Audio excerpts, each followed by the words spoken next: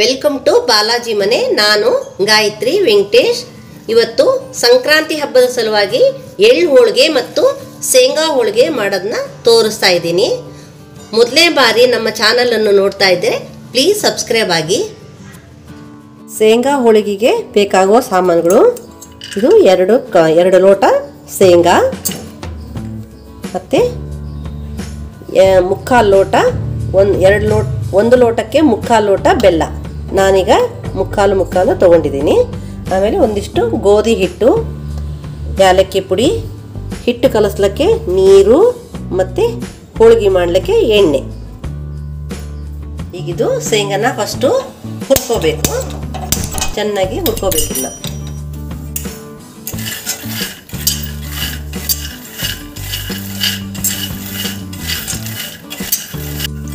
ಈಗ ಇದು ಶೇಂಗಾ ಈ ಥರ ಹಾಕ್ಬೇಕು ನೋಡ್ರಿ.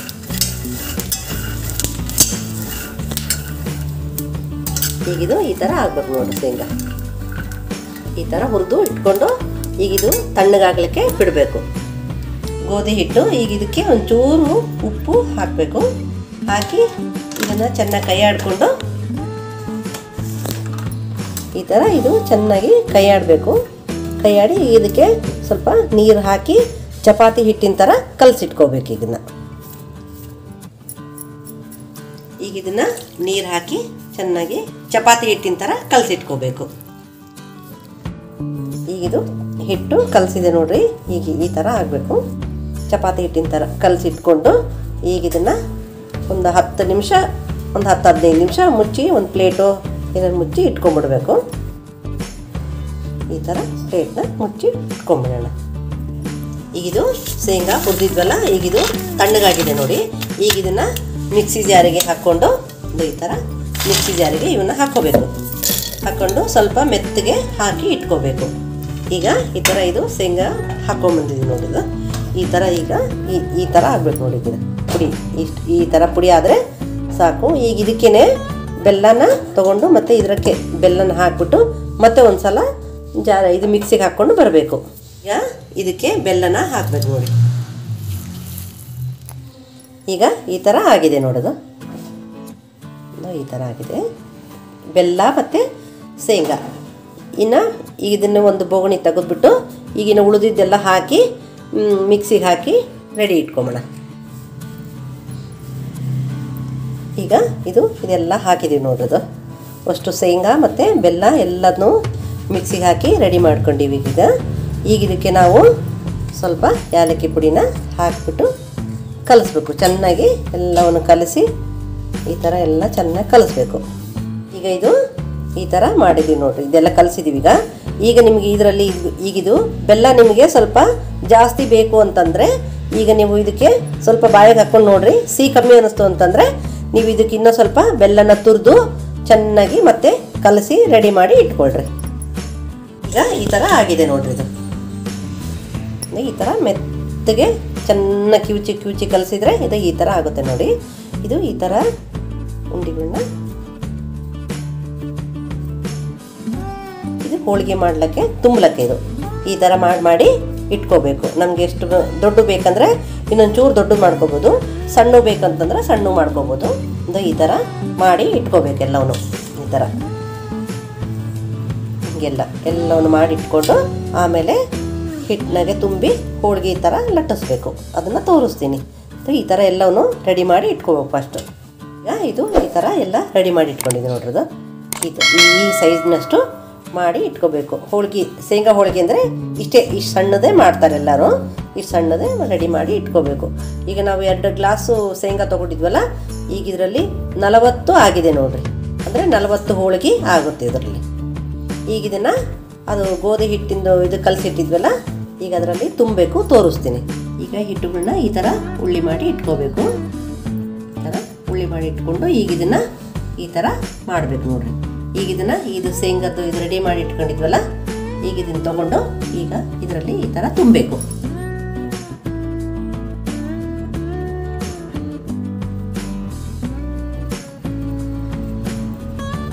ಈಗ ಇದನ್ನು ಈ ಥರ ತುಂಬಬೇಕು ನೋಡ್ರಿ. ಎಲ್ಲವನ್ನ ಆ ಥರ ತುಂಬಿ ರೆಡಿ ಮಾಡಿ ಇಟ್ಕೋಬೇಕು. ಈಗ ಈ ಥರ ಎಲ್ಲವೂ ರೆಡಿ ಮಾಡಿ ಇಟ್ಕೋಬೇಕು ನೋಡಿ. ಇವನ್ನ ಚಪಾತಿ ಹಿಟ್ಟು ಥರ ಕಲಿಸಿದ್ವಲ್ಲ ಹಿಟ್ಟು, ಅದರಲ್ಲಿ ಆ ಹೂರಣನ ತುಂಬಿಸೋದು ತೋರಿಸಿದ್ದೀನಿ. ಇದನ್ನು ಆ ಥರ ತುಂಬಿ ಎಲ್ಲವೂ ಈ ಥರ ರೆಡಿ ಮಾಡಿ ಇಟ್ಕೊಂಡು ಈಗ ಇದನ್ನು ಲಟ್ಟಿಸ್ಬೇಕು, ತೋರಿಸ್ತೀನಿ. ಈಗ ಇದನ್ನು ಉಳ್ಳಿ ಮಾಡಿ ಇಟ್ಕೊಂಡಿದ್ವಲ್ಲ ಅದನ್ನು ಈಗ ಇದನ್ನು ಈ ಥರ ಲಟ್ಟಿಸ್ಬೇಕು ನೋಡಿ. ಈಗ ಕೆಳಗಡೆ ಸ್ವಲ್ಪ ಹಿಟ್ಟು ಹಾಕ್ಕೊಂಡು ಈ ಥರ ಹಿಟ್ಟು ಹಾಕ್ಕೊಂಡು ಈಗ ಅದನ್ನ ಲಟ್ಟಿಸ್ಬೇಕು.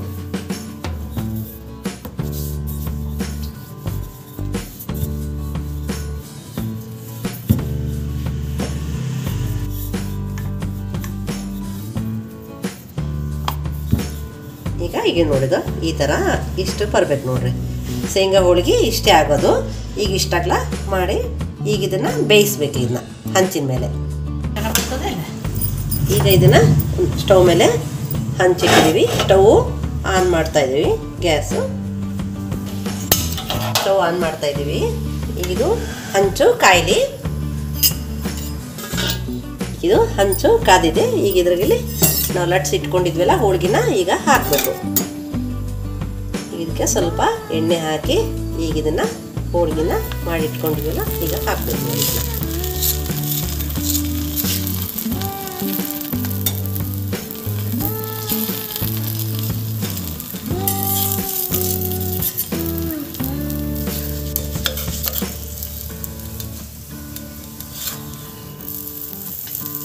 ಈಗಿದು ಆಗ್ತಾ ಇದೆ ನೋಡಿದು. ಈಗ ನೀವೆಲ್ಲ ಹೋಳಿಗೆ ಎಲ್ಲ ಯಾವ ಥರ ಬೇಯಿಸ್ಕೊತೀರಲ್ಲ ಆ ಥರ ಇದನ್ನು ಬೇಯಿಸ್ಕೋಬೇಕು. ಈಗ ನೀವು ಇದೆಲ್ಲ ರೆಡಿ ಇಟ್ಕೊಂಡಿದ್ರಂದರೆ ಬೇಗ ಬೇಗ ಬೇಗ ಬೇಗ ಬೇಯಿಸ್ಬಿಡ್ಬೋದು.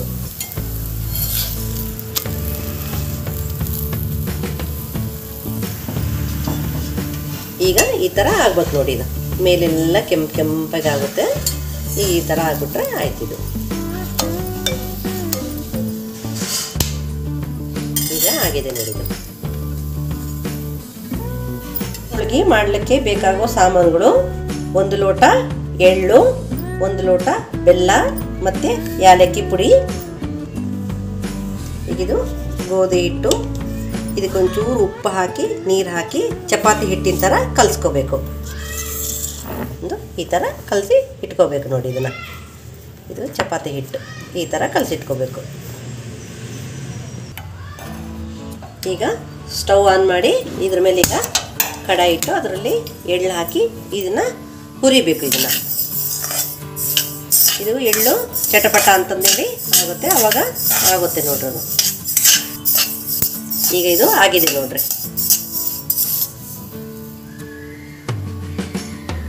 ಈ ಥರ ಆಗಬೇಕು. ಈಗ ಇದನ್ನು ಒಂದು ತಟ್ಟೆಗೆ ತೆಗೆದು ತಣ್ಣಗಾಗಲಿಕ್ಕೆ ಬಿಡಬೇಕು. ಈಗಿದು ಎಳ್ಳು ತಣ್ಣಗಾಗಿದೆ ನೋಡ್ರಿ. ಈಗ ಇದನ್ನು ಮಿಕ್ಸಿ ಜಾರ್ನಲ್ಲಿ ಹಾಕಿ ಒಂದು ರೌಂಡು ತಿರುಗಿಸ್ಕೊಂಬರೋಣ ಇದನ್ನ. ಈಗ ಇದು ಈ ಥರ ಆಗಿದೆ ನೋಡೋದು. ಈ ಥರ ಹಾಕಬೇಕು. ಈಗ ಇದಕ್ಕೆ ನಾವು ಬೆಲ್ಲನ ಸಣ್ಣಗೆ ಇದು ಮಾಡಿ ಇಟ್ಕೊಂಡಿದ್ವಲ್ಲ, ಈಗ ಇದಕ್ಕೆ ಈ ಬೆಲ್ಲನ ಹಾಕಿ ಮತ್ತೊಂದು ಸುತ್ತು ತಿರುಗಿಸ್ಕೊಂಬರೋಣ ಇದನ್ನು. ಈಗಿದು ಬೆಲ್ಲ ಹಾಕಿ ಮಿಕ್ಸಿಗೆ ಹಾಕಿದ್ವಿ ನೋಡ್ರಿ. ಈಗಿದು ಈ ಥರ ಆಗಿದೆ ನೋಡಿ. ಈಗ ಇದನ್ನು ಸಣ್ಣ ಸಣ್ಣ ಉಂಡೆಯನ್ನು ಕಟ್ಟಿ ಇಟ್ಕೋಬೇಕು, ತೋರಿಸ್ತೀನಿ. ಈಗಿದು ಚೆನ್ನಾಗಿ ಒಂದ್ಸಲ ಎಲ್ಲವನ್ನು ಚೆನ್ನಾಗಿ ಕಲಿಸ್ಕೋಬೇಕು. ಈ ಥರ ಚೆನ್ನಾಗಿ ಒಂದ್ಸಲ ಎಲ್ಲ ಕಲಸಿ ಈಗ ಸಣ್ಣ ಸಣ್ಣ ಹೋಳಿಗೆಗೆ ಎಷ್ಟು ಬೇಕೋ ಅಷ್ಟು ಉಂಡಿನ ಮಾಡಿ ಇಟ್ಕೋಬೇಕು. ಈಗ ಮಾಡ್ತಾಯಿದ್ದೀನಿ. ದುಂಡಗೆ ಮಾಡಿ ಇಟ್ಕೋಬೇಕು. ಈ ಥರ ರೆಡಿ ಇಟ್ಕೊಂಡ್ವಿ ಅಂತಂದರೆ ಹೋಳಿಗೆ ಒಳಗೆ ತುಂಬಲಿಕ್ಕೆ ಅನುಕೂಲ ಆಗ್ತದೆ. ಈಗ ಆಗಿದೆ ನೋಡಿದು. ಈ ಥರ ಎಲ್ಲದನ್ನೂ ಮಾಡಿ ಇಟ್ಕೋಬೇಕು. ಈಗ ನೋಡಿ ಇವನ್ನೆಲ್ಲ ಈ ಥರ ರೆಡಿ ಮಾಡಿ ಇಟ್ಕೊಂಡಿದ್ದೀವಿ. ಈಗ ಹಾಗೆ ಇದು ಚಪಾತಿ ಹಿಟ್ಟು ಕಲಸಿಟ್ಕೊಂಡಿದ್ವಲ್ಲ ಗೋಧಿ ಹಿಟ್ಟಿಂದ, ಈಗ ಅವನು ಎಲ್ಲ ರೆಡಿ ಮಾಡಿ ಇಟ್ಕೊಂಡಿದ್ದೀವಿ ನೋಡ್ರಿ. ಈಗ ಇವನ್ನ ಇದರೊಳಗೆ ತುಂಬಬೇಕು. ಇವನ್ನ ತುಂಬೋದನ್ನ ತೋರಿಸ್ತೀನಿ. ಒಂದು ಚಪಾತಿ ಹಿಟ್ಟಿಂದು ಕಲಸಿಟ್ಟಿದ್ವಲ್ಲ ಗೋಧಿ ಹಿಟ್ಟಿಂದು, ಅದನ್ನು ಈ ಥರ ತೊಗೊಂಡು ಈಗ ಸ್ವಲ್ಪ ಈ ಥರ ಅಗಲ ಮಾಡಿಕೊಂಡು ಈಗ ಅದು ಎಳ್ಳಿಂದು ರೆಡಿ ಮಾಡಿ ಇಟ್ಕೊಂಡಿದ್ವಲ್ಲ, ಈಗ ಅದನ್ನು ಅದರೊಳಗೆ ಈ ಥರ ತುಂಬಬೇಕು ನೋಡ್ರಿ.